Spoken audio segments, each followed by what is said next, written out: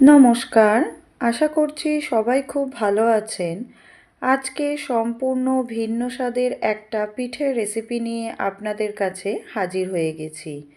এখানে দেখুন গ্যাসে বসিয়ে দিয়েছি কড়াই, কড়াইতে দিয়ে দিলাম 1 কাপ জল। জলটাকে খুব ভালো করে গরম করে নিয়ে তার মধ্যে দিয়ে দিচ্ছি 1 বাটি আতপ চালের গুঁড়ি। আতপ চালের গুঁড়ি দিয়ে ভালো করে 5 মিনিটের মতন গ্যাসের ফ্লেমটাকে কমিয়ে রেখে আমি জলটাকে একদম শুকনো করে নিয়েছি। চালের গুঁড়িটা দেখেই বুঝতে পাচ্ছেন অনেকটা মাখা মাখা হয়ে গেছে। এই পদ্ধতিতে করলে পিঠে কিন্তু ভীষণই নরম আর তুলতুলে হয়। এবারে গ্যাসের ফ্লেমটাকে বন্ধ করে আমি চালের গুঁড়িটাকে একটা প্লেটে নামিয়ে নিয়েছি। গরম অবস্থাতেই খুব ভালো করে শক্ত হাতে চেপে চেপে খুব ভালো করে চালের গুঁড়িটাকে মাখিয়ে নেব, যেভাবে আটা বা ময়দা মাখা হয়। মেখে আমি একটা ডো তৈরি করে নেব। এতে কিন্তু একদমই আটা ময়দা বা জলের ব্যবহার করছি না, তাহলে কিন্তু পিঠের টেস্ট একদমই খারাপ হয়ে যাবে। এটা অবশ্যই আপনারা খেয়াল রেখে তবে পিঠেটা তৈরি করে নেবেন। এখানে দেখুন ডোটা আমার খুব ভালো করে মাখা হয়ে গেছে। দেখেই বুঝতে পারছেন কী রকমভাবে মেখেছি। এবারে এই ডোটা থেকে ছোট ছোট করে লেচি কেটে নেব পিঠে তৈরি করার জন্য। লেচিগুলো কিন্তু আমি একদম ছোট ছোট তৈরি করছি, কারণ পিঠে তৈরি করতে কিন্তু লেচি একদমই বড় বড় করলে দেখতে ভালো লাগে না আর খেতেও ভালো লাগে না। সব দেখুন লেচিগুলো আমার কাটা হয়ে গেছে, দেখেই বুঝতে পাচ্ছেন কতটা সাইজটা ছোট করেছি। এবারে এক একটা লেচিকে নিয়ে নেব, হাতে নিয়ে নেব শুকনো চালের গুঁড়ি, যাতে হাতে আটকে না যায়। দিয়ে ভালো করে প্রেস করে আমি এটাকে একটা বোল বা বাটির আকারে তৈরি করে নেব।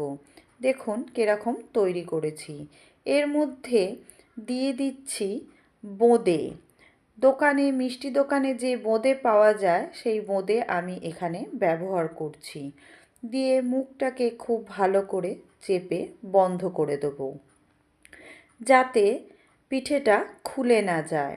ভালো করে বন্ধ করে দিয়ে হাতের তালুর মধ্যে দিয়ে যেভাবে প্যাড়া তৈরি করা হয় সেইভাবে একটু চেপে নিয়ে দেখুন তৈরি করে নিয়েছি একটা পিঠে। এইভাবে আমি সব পিঠেগুলোকেই তৈরি করে নেব। আর একটাও আমি করে আপনাদের দেখিয়ে দিচ্ছি। এই পিঠেটা কিন্তু যেহেতু বোঁদে ব্যবহার করা হচ্ছে, তাই সম্পূর্ণ নতুন একটা পিঠের রেসিপি বললাম।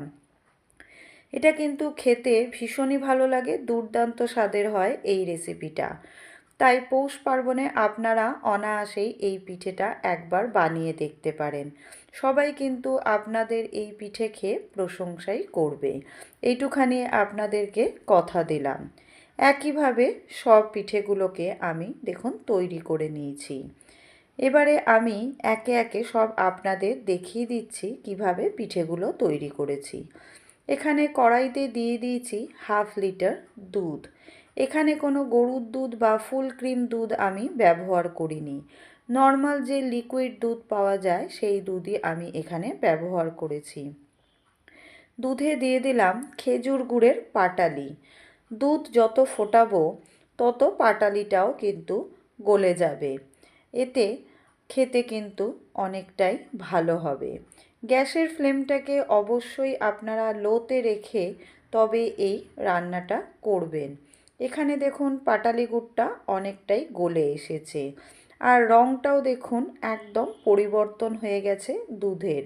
আরও 5 মিনিট ভালো করে দুধটাকে আমি ফুটিয়ে নেব, যাতে দুধটা আরেকটু গাঢ় হয়ে যায়। এখানে দেখুন দুধটা অনেকটাই গাঢ় হয়ে গেছে আর গুড়টা পুরোটাই গলে গেছে। এবারে একে একে তৈরি করে রাখা পিঠেগুলোকে এর মধ্যে দিয়ে দিচ্ছি। দিয়ে গ্যাসের ফ্লেমটাকে কমিয়ে রেখে আমি 10 মিনিট খুব ভালো করে ফুটিয়ে নেব। তবে ফোটানোর সময় খেয়াল রাখতে হবে খুব বেশি কিন্তু নাড়াচাড়া করা যাবে না, তাহলে পিঠেগুলো ভেঙে যাওয়ার সম্ভাবনা থাকে। আর গ্যাসের ফ্লেমটাকে কমিয়েই আপনারা এই রান্নাটা করবেন। এখানে দেখুন দুধে পিঠেগুলো কতটা ফুলে গেছে, দেখেই বুঝতে পারছেন কতটা নরম হয়েছে। 5 মিনিট আরও ভালো করে ফুটিয়ে নিয়ে আমি এখানে গ্যাসের ফ্লেমটাকে বন্ধ করে দিয়ে আপনাদের সার্ভ করে দেখিয়ে দিচ্ছি আজকে নতুন স্বাদের পিঠের রেসিপি। রেসিপিটা আপনারা পৌষ পার্বণে অনায়াসেই বানিয়ে নিতে পারেন। নারকেল ছাই বা ক্ষীর কিন্তু এতে একদমই লাগছে না, তাই বললাম সম্পূর্ণ নতুন একটা পিঠের রেসিপি। যদি রেসিপিটা ভালো লাগে লাইক করবেন, শেয়ার করবেন আর কমেন্ট করে আমাকে জানাবেন আজকের রেসিপি কেমন লেগেছে। আমার চ্যানেলে নতুন বন্ধু হলে চ্যানেলটাকে সাবস্ক্রাইব করার অনুরোধ রইল সকলের কাছে।